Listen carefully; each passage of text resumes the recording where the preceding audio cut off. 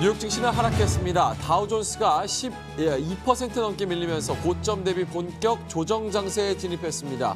1931년 대공황 이후에 최악의 12월을 보내고 있다는 평가가 나오고 있습니다. 트럼프 대통령이 FOMC를 하루 앞두고 연준을 압박했습니다. 트럼프 대통령은 트위터를 통해 매우 강한 달러와 사실상 인플레이션이 없는 상황에서 연준이 심지어 또 한 차례 금리 인상을 고려하고 있다는 것을 믿을 수 없다고 노골적으로 금리 인상을 방해했습니다. 무역전쟁의 여파로 올해 들어 파산 신청을 한 중국 기업들의 채권 규모가 지난해 4배 가까이 불어난 것으로 나타났습니다. 내부적으로는 경영 부진, 밖으로는 대중 규제 움직임으로 내후 외환이 깊어지고 있습니다.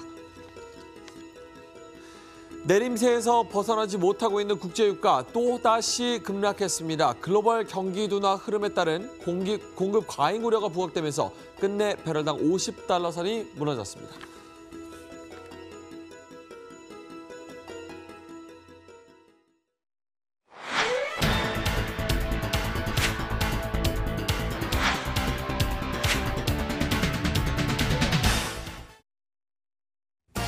네, 글로벌 시장의 원조 글로벌 랩 시작하도록 하겠습니다.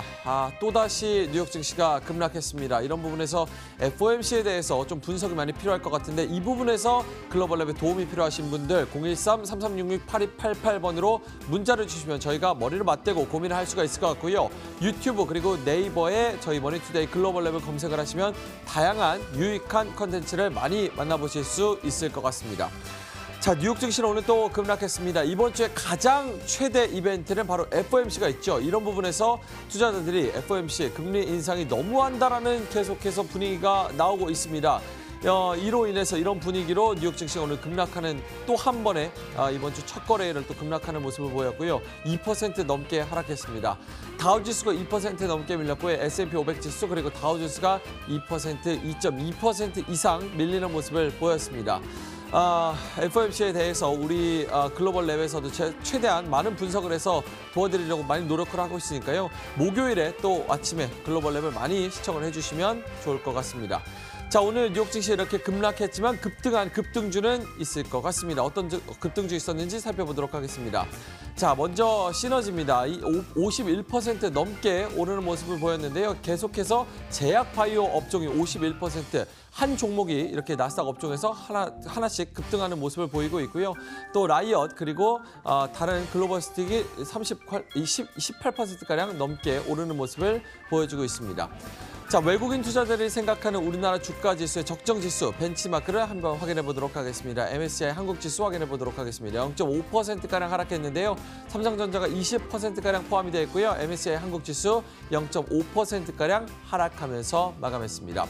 자, 다음은 FTSE 한국 지수입니다. 0.3%가량 마찬가지로 마이너스권에서 거래를 마쳤고요. 삼성전자가 16% 그리고 SK하이닉스가 5%가량 하락하면서 거래를 마치는 모습이었습니다. 자, 글로벌 시황 상황 살펴보도록 하겠습니다. 김민지 앵커입니다.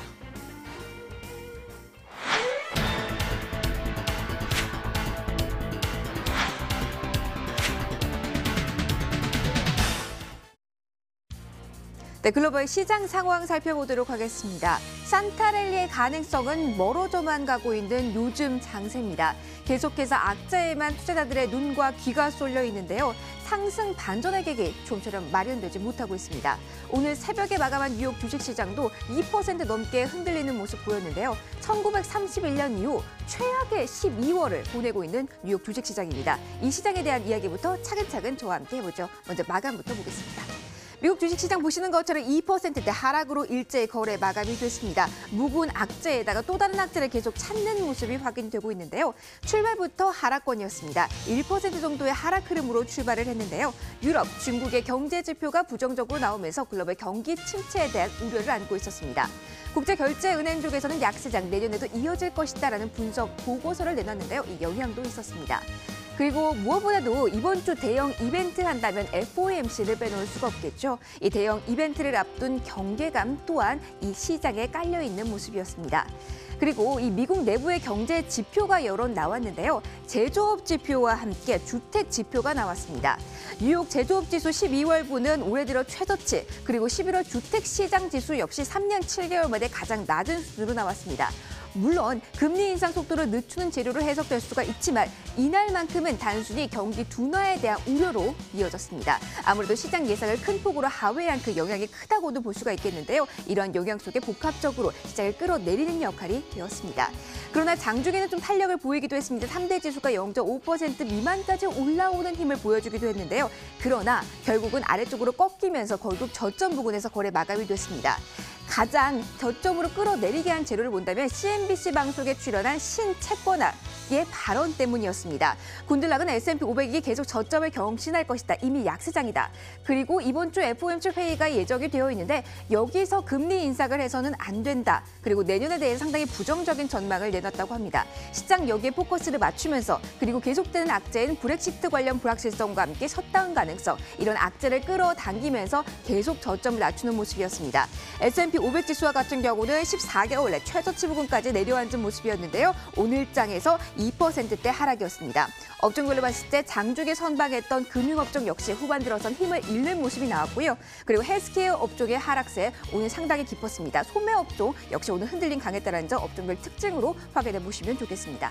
자, 그리고 미국을 넘어서 유럽으로 가보도록 하겠습니다. 유럽 역시 글로벌 경기 둔화 우려, 그리고 브렉시트 어떻게 될지 모른다라는 불안감 속에 일제의 하락이었습니다. 범유럽 지수가 0.94% 하락했고요. 독일, 프랑스, 영국 나란히 1% 전후의 하락 흐름이 포착이 됐습니다.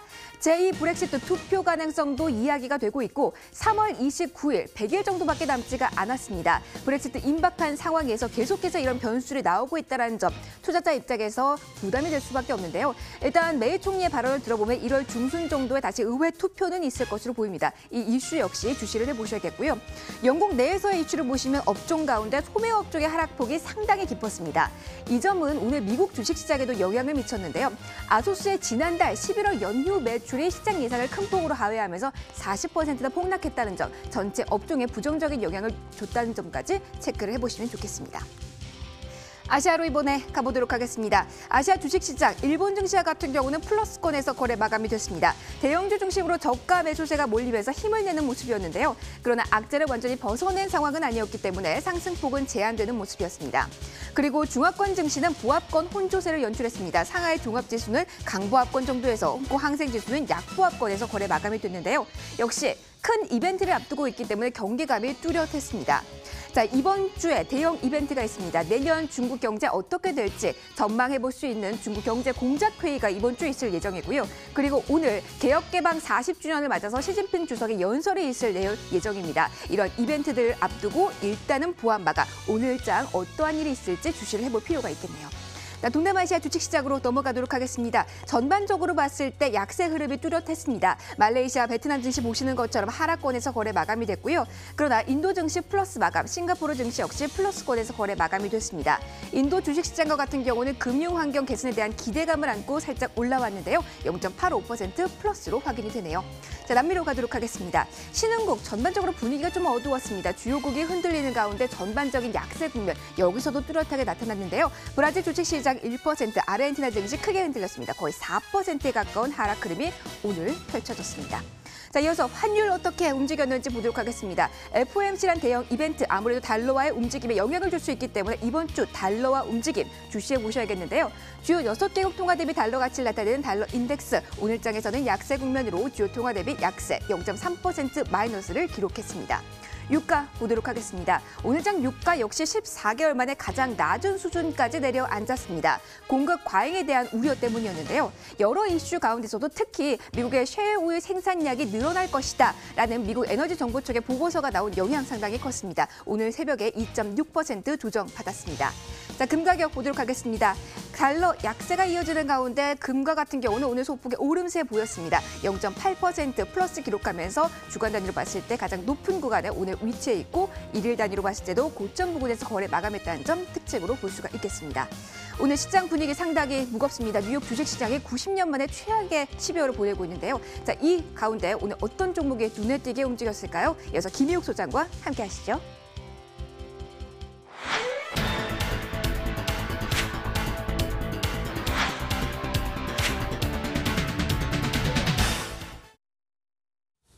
오늘은 화요일 아침이고요. 월간은 이번 주 첫 거래일 월요일장을 마감했습니다.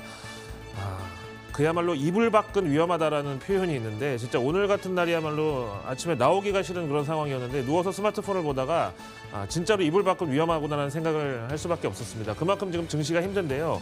오늘처럼 달러도 증시도 주식도 채권도 다 빠져버린 이런 날은 그중에 하나 정도는 거짓말을 하고 있다고 봐도 되는데 바로 그게 증시의 하락이 거짓이었으면 하고 좀 기대를 해봅니다.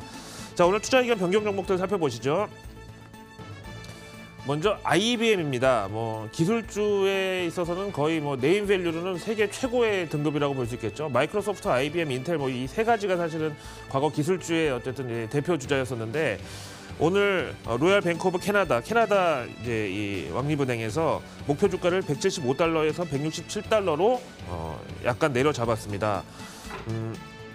사실은 벌써 과거지사가 됐긴 했지만 올 상반기 강세장을 IT하고 기술주가 워낙 이끌었다 보니까 기술주에 대해서 기관이 봤을 때는 저 정도면 그냥 양털 깎기다 정도로 볼 수 있겠지만 뒤늦게 따라붙은 개인들 입장에서는 이거는 털이 아니라 진짜 뼈를 깎는 정도의 고통으로 느껴질 수밖에 없겠습니다. 어쨌든 오늘 장도 안 좋았고 투자 의견에서 목표가도 하향된 IBM은 3%대 하락으로 마감됐습니다. 그 다음에 나이키입니다. 이 역시 어떤 네임밸류 면에서는 세계 최고 등급의 브랜드인데요. 글쎄요, 나이키 하면은 유통, 수출, 제조, 소비 진짜 업종 중에서 IT만 빼고는 거의 전 업종에 걸쳐 있다고 해도 과언이 아니고 성격으로는 이게 경기 민감주인 것 같다가도 또 그래도 아무리 경기가 안 좋고 이래도 사람들이 이제 제일 싸게 즐길 수 있는 취미가 걷고 뛰고 몸으로 하는 스포츠 그리고 올림픽 경기 같은 거 보면서 이제 티셔츠도 하나 이제 사보고 이러면 또 경기 방어주 성격이라고 하는 사람도 있고 어쨌든 이런 나이키에 대해서 캐나카도 제뉴어티는 매수 의견을 그대로 유지하면서 목표 주가를 95달러로 제시했습니다. 지금보다 약 20% 정도 높은 수준의 주가인데요. 나이키에 대해서는 사실 우리나라에도 연결 종목이 뚜렷하게 있습니다. 화승 엔터프라이즈라고 있는데요. 세계적인 스포츠 브랜드 아디다스의 이 신발 ODM 생산 방식으로 여기와 거래를 하고 있고요. 리복도 만들고 있는 회사. 그다음에 필라코리아도 우리나라에서는 나름대로 이제 이 네임 밸류로는 나이키까지는 아니지만 어느 정도 대표성은 있다고 봅니다. 다음 베스트바이입니다. 우리 하이마트의 미국 버전이자 종합 가전 이런 체인 대리점의 원조격이라고 할 수 있죠. 왜 우리 백화점이나 이제 이 하이마트 진짜 대리점에 가면은 가격표를 형광펜으로 이렇게 쭉 써놓고 그거 X하고 밑에다가 세로 가격표 붙여놓은 그 어떤 마케팅의 원조가 이 베스트바이인데요. 최근 들어서 이제 이 종합 가전이 구우 가전이 좀 많이 갈리고 TV만 계속 교체 수요가 있는데 TV도 그때 보셨다시피 항시 판매량이 증가하는 게 아니라 블랙 프라이데이나 이런 어떤 행사 때 왕창 폭탄 세일 이런 것만 이제 많이 들어있다 보니까 베스트바이에 대해서는 이제 조금 고점을 지났고 이제 기대감을 낮출 때가 됐다. 이런 관점에서 뱅크 오브 아메리카 메릴린치는 중립의 의견을 언더퍼폼으로 내려잡았고요. 역시 익스펙테이션이 내려간 만큼 목표 주가도 70달러에서 50달러로 하향됐습니다. 오늘 이 소식에 베스트바이의 주가는 5.6% 큰 폭의 하락을 나타냈습니다. 오늘 투자 의견 변경 종목들 살펴보셨고요. 이제 FOMC가 이틀 앞으로 다가왔고 우리나라 2018년 마지막 거래일이 8거래일 앞으로 다가온 만큼 오늘 포함해서 이제 과연 유종매를 거둘 수 있을 것인가에 대해서 고민할 때가 왔습니다. 또 그것이 만약에 힘들다면 우리가 대체 투자 내지는 대안으로 우리 글로벌 랩의 라이징 스타를 주목해 볼 필요가 있겠습니다.